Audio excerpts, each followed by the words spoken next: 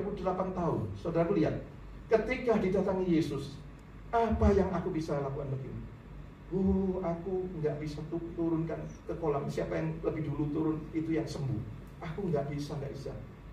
Apa terjadi? Dia butuh ya pertolongan ya untuk turun ke Tapi ketemu Yesus katakan, mau kan kau sembuh? Saudaraku, dia nggak bisa langsung ngomong, iya aku mau, Tuhan Yesus aku mau. Karena dia tahu itu Yesus. Saudaraku, dia tidak mengatakan gitu, tapi ngomong gini, aku sudah lama, tidak ada yang bisa menurunkan aku. Loh, masih diarahkan ke situ, saudaraku, ke kolam Bethesda itu. Padahal Yesus sudah membuat satu mujizat. Langsung saja dia berkata, Yesus, bangkit, berdiri dan berjalan. Saudaraku lihat, seketika itu dia dapat mujizat, bangkit, berdiri dan setelah itu, saudaraku, setelah itu Yesus pergi. Ketika ketemu dengan orang di satu daerah di daerah Bethesda itu, saudara ketemu lagi dengan orang itu. Ya, orang itu sukacita bersaksi tentang Yesus. Yesus berkata apa? Jangan berbuat dosa lagi, supaya engkau tidak mengalami lebih buruk daripada semula. Sama dengan ini.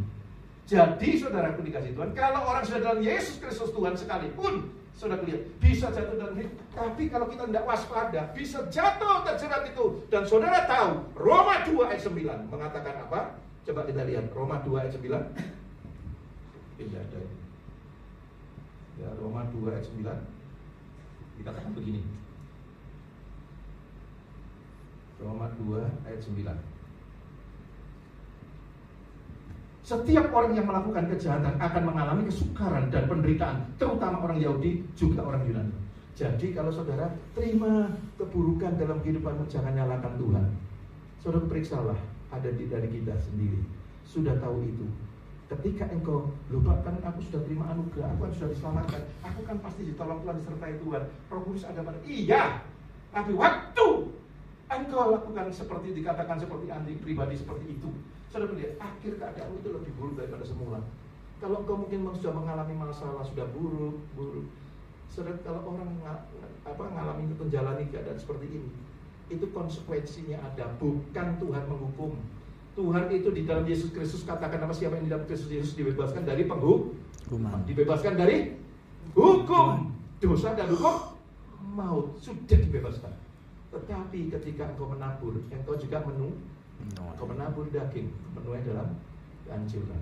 Saudara lihat, ketika engkau menabur dalam kebenaran, engkau mendapatkan sukacita dan kemuliaan yang Tuhan sediakan bagi kita. Amin. Amin. Nah, saudaraku, jangan sampai saudaraku mengalami seperti ini. Akan juga kau sendiri akan juga mengalami seperti itu.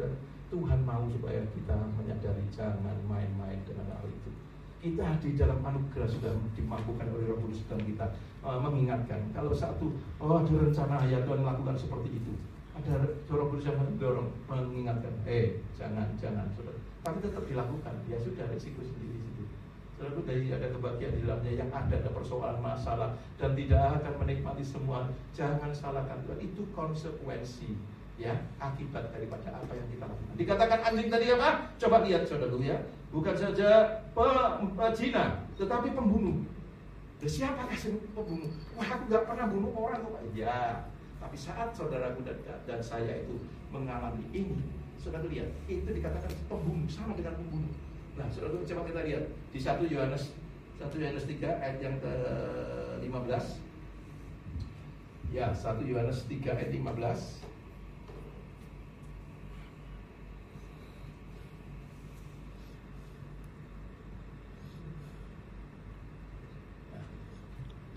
Ayo kita baca 1, 2, 3. Setiap orang yang membenci saudaranya adalah apa? Dan kamu mengetahui bahwa tidak ada pembunuh yang memiliki hidup kekal dalam dirinya. Kok bisa, Pak? Kan kita sudah ditebus oleh Yesus Kristus. Kita sudah dalam anugerah keselamatannya. Karena keselamatan tidak hilang, Pak. Tapi kok tidak dapat kehidupan kekal, bagaimana? Saudara lihat, pembunuh itu siapa? Pembunuh itu bukan pribadi kita loh. Sebab itu Yohanes 10 ayat 10 siapa yang dikatakan? Yohanes 10 ayat 10 berkata apa?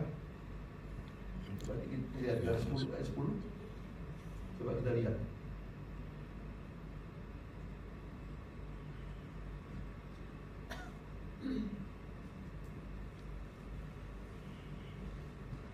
Ya. Pencuri datang hanya untuk mencuri apa? membunuh dan membinasakan. Aku datang supaya mereka memiliki hidup, memilikinya dengan segala lebih berkelimpahan. Jadi pembunuh itu siapa? Pencuri itu siapa? Iblis. Hah? Iblis. Pencuri itu siapa? Iblis. Ini yang dimaksud ini. Dia mencuri damai sejahtera, mencuri iman kita, mencuri jaminan keselamatan, mencuri apa saja. Saudara pun dicuri. Tapi setelah itu apa? Dibunuh. Dan akhirnya sampai binasa. Nggak sempat percaya Yesus, nggak sempat terima keselamatan dari Yesus, nggak sempat terima keampunan Yesus. Jadi statusnya bagi orang berdosa, upah dosa ialah Mau. Siapa pembunuh? Iblis. Mana ada iblis mendapatkan hidup kekal?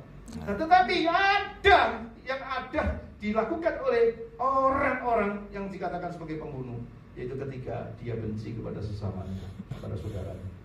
Saudaraku, itu tahu kebenaran Tuhan. Ya, lihat dulu. Ya, apa yang datang? Sudah tahu terima kasihnya Tuhan yang luar biasa, kita dikasihinya, ya, kita terima kasih yang tak terbatas, yang tak bersyarat, sudah kita terima.